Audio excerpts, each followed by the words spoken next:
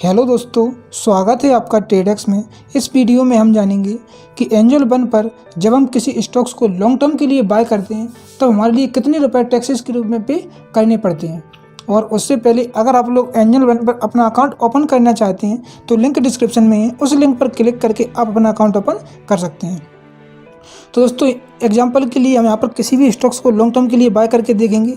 जैसे हम यहाँ पर ले लेते हैं बजाज फाइनेंस को ले लेते हैं। इसकी वैल्यू है 5,600 रुपये। हम बाय पे क्लिक करेंगे। बाय पे क्लिक करने के बाद आप यहाँ पर देख सकते हो कि जो इसकी करंट प्राइस चल रही है वो चल रही है 5,610 या 11 रुपये। यहाँ पर लिमिट है कितनी क्वांटिटी बाय करनी है, उन क्वांटिटी को हम यहाँ पर डालेंगे। यहाँ पर प्राइस डालेंगे किस प्राइस पर हमारे लिए स्टॉक्स को बाय करना है। अभी ये यहाँ पर इंट्राडे के लिए सिलेक्ट है, यानी कि हम स्टॉक्स को इंट्राडे में बाय कर रहे हैं। इंट्राडे का मतलब है कि सेम डे स्टॉक्स को बाय करना और सेम डे मार्केट क्लोज होने से पहले हमारे लिए स्टॉक्स को सेल करना होता है। जब हम लॉन्ग टर्म के लिए स्टॉक्स को बाय करते हैं तो हमारी डिलीवरी पे क्लिक करना होता है।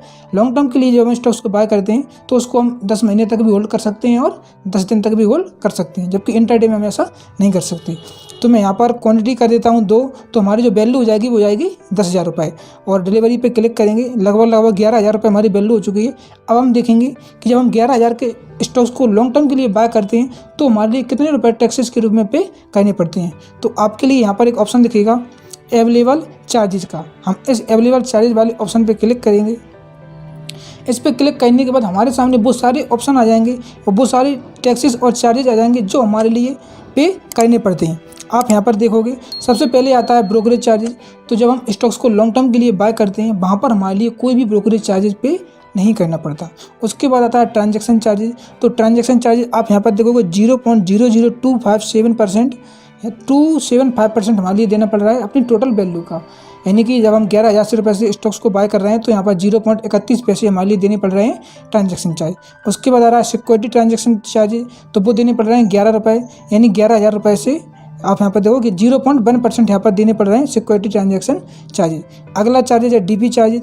तो डीपी चार्जेस हमारे लिए बाय साइड कभी नहीं देना पड़ता। जब हम लॉन्ग टर्म के स्टॉक्स को सेल करते हैं वहाँ पर हमारे लिए डीपी चार्जेस पे करना पड़ता है। और डीपी चार्जेस हमारे लिए 20 रुपये देने पड़ते हैं पर एग्जीक्यूट ऑर्डर। जब भी हम स्टॉक्स को सेल करेंगे लॉन्ग टर्म के, हमारे लिए 20 रुपये डीपी चार्जेस के रूप में पे करने पड़ेंगे।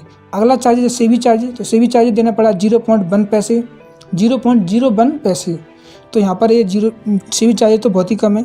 उसके बाद आता है स्टैम्प ड्यूटी। स्टैम्प ड्यूटी देना पड़ रहा है हमारे लिए 1.68 रुपये। और अगला है जीएसटी देनी पड़ती है 18% सेवी टैक्स पर और ट्रांजैक्शन चार्जेस पर और ब्रोकरेज चार्जेस पर। तो यहाँ पर ट्रांजैक्शन चार्जेस जी है, सेवी टैक्सेस ए है और ब्रोकरेज हमारे लिए 0 देना पड़ रहा है। तो हमारे यहाँ पर जीएसटी लग रही है 0.06%। तो दोस्तों टोटल हमारे लिए चार्जेस देने पड़ रहे हैं 13.28 रुपये।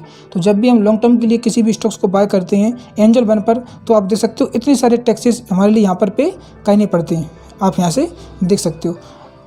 तो उम्मीद है आप लोगों को वीडियो समझ में आया होगा कि जब हम लॉन्ग टर्म के लिए स्टॉक्स को बाय करते हैं तो कितनी चार्ज हमारे लिए यहाँ पर देने पड़ते हैं। ब्रोकरेज चार्ज हमारे लिए नहीं देना पड़ता, ट्रांजैक्शन चार्ज देना पड़ता है, एसटीटी देना पड़ता है, डीबी चार्ज बाय साइड नहीं देना पड़ता, सेल साइड देना पड़ता है, और सेवी टैक्स देना पड़ता है, स्टैम्प ड्यूटी देना पड़ता है और जीएसटी देनी पड़ती है हमारे लिए। तो उम्मीद है दोस्तों आप लोगों को वीडियो में समझ में आया होगा कि जब हम लॉन्ग टर्म के लिए स्टॉक्स को बाय करते हैं एंजल वन पर तो कितने रुपए हमारे लिए टैक्सेस के रूप में देने पड़ते हैं। आप लोगों को ये वीडियो कैसी लगी कमेंट करके ज़रूर बताएं और इसी तरह की वीडियो देखने के लिए आप हमारे चैनल को सब्सक्राइब कर सकते हैं। धन्यवाद।